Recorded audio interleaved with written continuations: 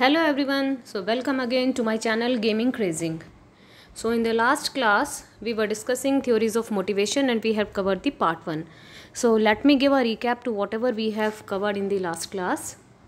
Last class में हमने ये देखा कि what is motivation and what are the various theories of motivation. We have covered the definition, meaning of motivation, classification of motives, then how to motivation, that means by content theories and the process theories. And in last class we have covered 3 types of motivations theories are there. So we have covered Maslow's theories of motivation, and these are the details. This is the pyramid of Maslow's need hierarchy theory. Then the application of Maslow's theories in business management. So these are the various needs at various levels. You can go through the part 1 video to have the details. Then we did Clayton's Aldous ERG theory, which is quite similar, but it is the extension of Maslow's need hierarchy theory, that is ERG theory. So this is theories of motivation part 2. So first theory in continuation with the earlier theories is Frederick Herzberg's 2 factor theories of motivation. So according to Herzberg, there are 2 factors theory, that is first factor है हमारा maintenance or the hygienic factor, and the second one is the motivational factor. Now the name itself suggests hygiene factors, that means वो factors जो हमें maintain करना चाहिए, जैसे हम अपने डेली लाइफ में पर्सनल हाइजीन मेंटेन करते हैं. Likewise we need to maintain these factors in our organization. And the second factors are motivational factors which motivates the employees. So let's go into details. So on the left side we can see the hygiene factors, and on the right side we have the motivators or the motivating factors. Hygiene factors वो factors होते हैं basically जिनका एक organisation में होना बहुत ही ज़रूरी होता है, जिससे कि जो एम्प्लॉयज़ हैं ऑर्गेनाइजेशन के वो सेटिस्फाइड रहें, उनमें डिससेटिस्फैक्शन ना हो. For example we should have proper salary, wages and benefit system. The company should have a good and appropriate policy and administration for its employees. There should be good interpersonal relationship between employees. Quality of supervision अच्छा होना चाहिए. Employees में job security होनी चाहिए. Company की higher and fire policy नहीं होनी चाहिए. Working conditions should be appropriate as per the needs of the employees. There must be work-life balance. तो ये जो फैक्टर हैं ये हाइजीन फैक्टर्स हैं. ये एम्प्लॉयज़ में जनरल सेटिस्फैक्शन लेके आते हैं और डिससेटिस्फैक्शन को रिमूव करते हैं. लेकिन इसका ये मतलब नहीं है कि अगर ये फैक्टर्स हैं तो एम्प्लॉयज़ मोटिवेट होंगे. No, these are not the motivating factors. These are merely the hygiene factors जिनका कंपनी में होना ज़रूरी है to avoid the dissatisfaction among the employees. On the right side we have motivator factors or the motivating factors जो जब organisation में होंगे तब एम्प्लॉयज़ मोटिवेटिंग होंगे अपने रिजल्ट्स को बेटर वे से अचीव करने के लिए, and it will increase their satisfaction and they will have high motivation and strong commitment towards the organisation. तो मोटिवेटिंग फैक्टर्स होते हैं, and we can include there should be sense of personal achievement among employees का appropriate status हो, उन्हें authority दी जानी चाहिए, responsibility मिलनी चाहिए, उनका ऑर्गेनाइजेशन में प्रॉपर रिकॉग्निशन हो, उन्हें रिवॉर्ड मिलने चाहिए, अवार्ड्स मिलने चाहिए, and they should be given challenging and stimulating work. They should be given higher level of responsibilities and there must be opportunity of growth. ये ऐसा नहीं है कि एक ही लेवल पे एम्प्लॉय स्टेगनेंट है और वो उसके अकॉर्डिंगली हायर ग्रोथ अचीव ही नहीं कर पा रहे हैं, उनका प्रमोशन ही नहीं होता है, या उन्हें वैरायटी ऑफ टास्क ही नहीं मिल रहा है, कहीं ना कहीं वर्क उनके लिए बोरिंग हो रहा है, या उनके स्किल्स के अकॉर्डिंगली नहीं मिल रहा है. दे should be given adequate promotion facilities. उनको अपॉर्चुनिटी मिलनी चाहिए, ग्रोथ होनी चाहिए. तो जब मोटिवेटिंग फैक्टर्स ऑर्गेनाइजेशन में होंगे तो then the employees will have high motivation and they will be highly satisfied and they will work accordingly and will have strong commitment towards the organization. Now let me tell you again the basic difference between hygiene factors and motivating factors is this. hygiene factors की absence employees में dissatisfaction लाती है, लेकिन hygiene factors की presence employees को motivate नहीं करती है, सिर्फ सेटिस्फाई करती है. On the contrary motivating factors की प्रेजेंस एम्प्लॉयज़ में high degree of satisfaction and motivation लेकर आती है. तो एक कंपनी को या एक ऑर्गेनाइजेशन को हमेशा it should have the combination of both hygiene factors and the motivating factors. So according to Herzberg जो भी हम जॉब देते हैं एम्प्लॉयज़ को वो उनके कैलिबर उनके स्किल के अकॉर्डिंगली मिलना चाहिए and they should be given high level of responsibilities.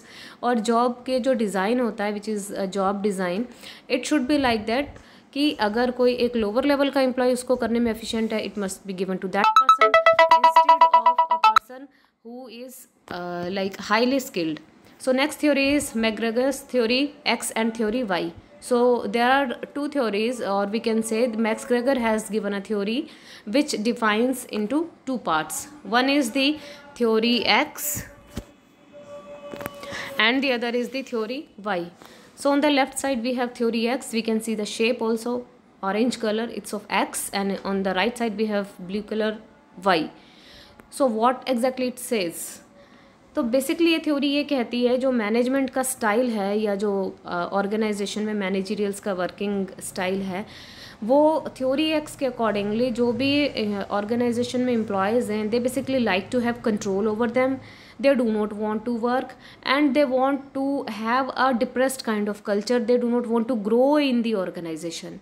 तो थ्योरी एक्स में अगर इस टाइप की ऑर्गेनाइजेशन है या थ्योरी एक्स बेसिकली ये कहती है कि एक ऑर्गेनाइजेशन में एम्प्लॉयज़ को कंट्रोल करके रखना चाहिए और मैनेजमेंट का वे ऑफ वर्किंग ऐसा होना चाहिए कि उन्हें डिसेंट्रलाइजेशन नहीं करना चाहिए, डेलीगेशन नहीं करना चाहिए, अथॉरिटेरियन स्टाइल ऑफ मैनेजमेंट होना चाहिए, रिप्रेसिव स्टाइल होना चाहिए.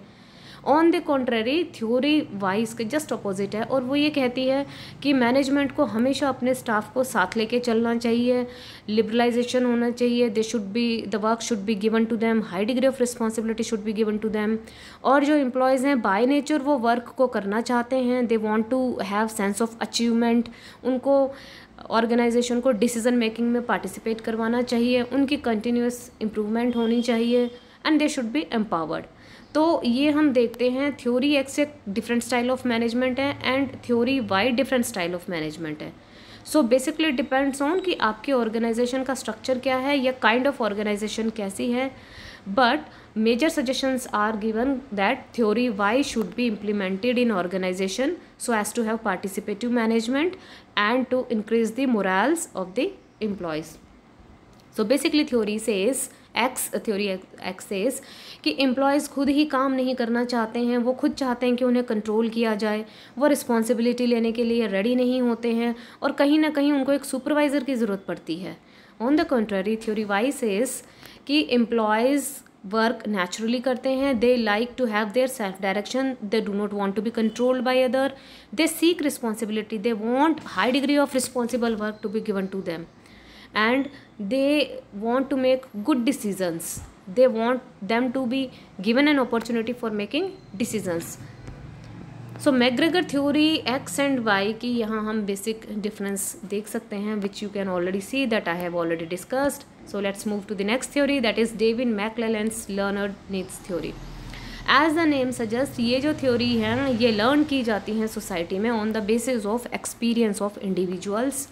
नाउ ये एक्सपीरियंस हम जो अपनी लाइफ में गेन करते हैं through our personal working, organisational working, through the kind of job that we have got, so we learn these needs. जो हमारी नीड्स हैं उनको हम लर्न करते हैं. So according to McClelland's there are 3 types of needs. McClelland's theory of needs कहीं ना कहीं कुछ सिमिलैरिटी शो करती है मैस्लोस नीड हायरार्की थ्योरी से. So McClelland's theory of needs says they are basically 3 needs of employees. जो employees हैं organisation में उनकी बेसिकली 3 नीड्स हैं. First is the need of affiliation, second is the need of achievement and the third is the need for power. तो जिन employees की जैसी needs हैं वही नीड्स उनको मोटिवेट करती हैं, एनकरेज करती हैं अपने गोल्स को अचीव करने के लिए. So accordingly the organization should provide them with those opportunities so that they can fulfill their needs, because these needs are motivating them. उनकी नीड्स को जब फुलफ़िल किया जाएगा तो वो मोटिवेट होंगे और बेटर वर्क करने के लिए. So let's move to the first need, that is need for achievement. So need for achievement उन एम्प्लॉयज़ के लिए हैं जो एक्सेल करना चाहते हैं, who set their standards, they try to work hard, they really want to achieve success in their life. Second one is the need for affiliation, ये हमने पहले भी किया है मैस्लोज नीड थ्योरी में, जो था social needs. Means there are few employees in the organization who wants to establish good relationship with each other. They want to make friendship. They like to interact with each other. They like to have good interpersonal skills. So these kind of employees should be motivated accordingly. And the third kind of employees are who are in need for power. वो चाहते हैं दूसरों को control करना चाहते हैं, वो दूसरों पे अथॉरिटी शो करना चाहते हैं, और जो भी उनका डिज़ायर्ड गोल है वो उसको स्ट्रिक्ट वे में फॉलो करके उसे अचीव करना चाहते हैं. So first one is the need for achievement. Need for achievement is जो इंडिविजुअल पर्सन्स हैं वो चैलेंजिंग टास्क लेना चाहते हैं. दे वांट कि उन्होंने जो टास्क अकम्प्लिश किया है उसको रिकग्निशन मिले. दे आर सेल्फ मोटिवेटेड, वो खुद ही डिफ़िकल्ट टास्क लेके उसको अचीव करते हैं. कहीं ना कहीं उनके लिए एक मॉनेटरी बेनिफिट इतना इम्पोर्टेंस नहीं रखता है जितना कि उनकी सेंस ऑफ अचीवमेंट रखती है. तो अगर कहीं ना कहीं कंपनी उनको अचीव करने के लिए बेटर पोजीशन दे या बेटर जॉब दे या बेटर टास्क दे, in that situation this need for achievement could be successfully used by the employee and employee will get motivated. So second is the need for affiliation. इस type के employees की need होती है और इनको motivate सिर्फ यही फैक्टर्स करते हैं, जैसे ऑर्गेनाइजेशन में रिलेशनशिप बिल्डिंग होना, ऑर्गेनाइजेशन में कोऑपरेटिव एनवायरनमेंट होना, टीम स्पिरिट में काम करना, एक दूसरे के साथ मिलकर डिसीज़न लेना, एक दूसरे के साथ इनकी मेंबरशिप होना.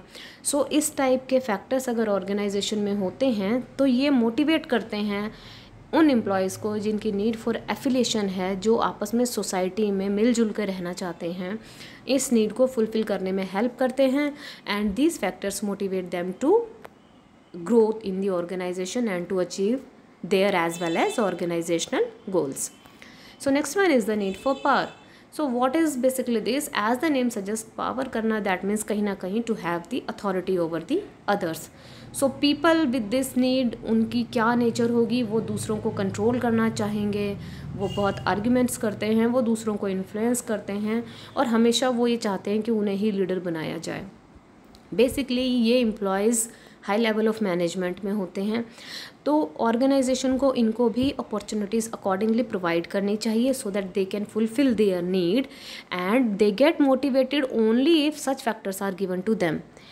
तो अगर इन एम्प्लॉयज़ को एडिक्वेट फैक्टर्स नहीं मिलते जिनसे इनकी नीड फॉर पावर अकम्प्लिश हो, then they do not get motivated. So these are the 3 needs. यहाँ पे एक चार्ट शो है.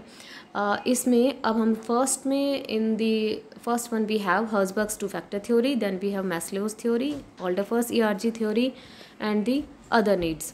तो अगर हम लोअर लेवल से देखते हैं, we have pay, working condition, security companies, policies, supervision, interpersonal relations, recognition, achievement. तो जो आप नीचे से फर्स्ट 3 नीड्स देखिए, पे, वर्किंग कंडीशन, उसके ऊपर है security and the company policies, उसके ऊपर है सुपरविज़न, इंटरपर्सनल रिलेशनशिप. ये 3 थ्योरीज़ या ये तीनों फैक्टर बेसिकली हर्जबर्ग के अनुसार ये 3 फैक्टर्स आएंगे हाइजीनिक फैक्टर्स में. मैस्लोज के अकॉर्डिंगली ये तीनों फैक्टर्स आपकी डिपिक्ट करती हैं physiological needs, security needs, love and affection needs. Alderfer's के अकॉर्डिंगली ये तीनों फैक्टर्स आते हैं एग्जिस्टेंस नीड्स में और रिलेटेडनेस में. So and basically they are the basic needs. और जो टॉप की 2 नीड्स हैं, that is recognition, achievement, work itself, responsibility. तो ये दोनों हैं according to Herzberg they are motivating factors. According to Maslow's they are self-esteem and self-actualization factors, and according to Aldefers they are growth needs. तो यहाँ पे हमने basically content theories discuss की हैं. Hope you like my video and hope I have been able to explain it in a well manner. Thank you so much for watching, and please, if you like the video, subscribe to my channel for further videos. Thank you so much, and kindly subscribe the channel and press the like button. Thank you so much.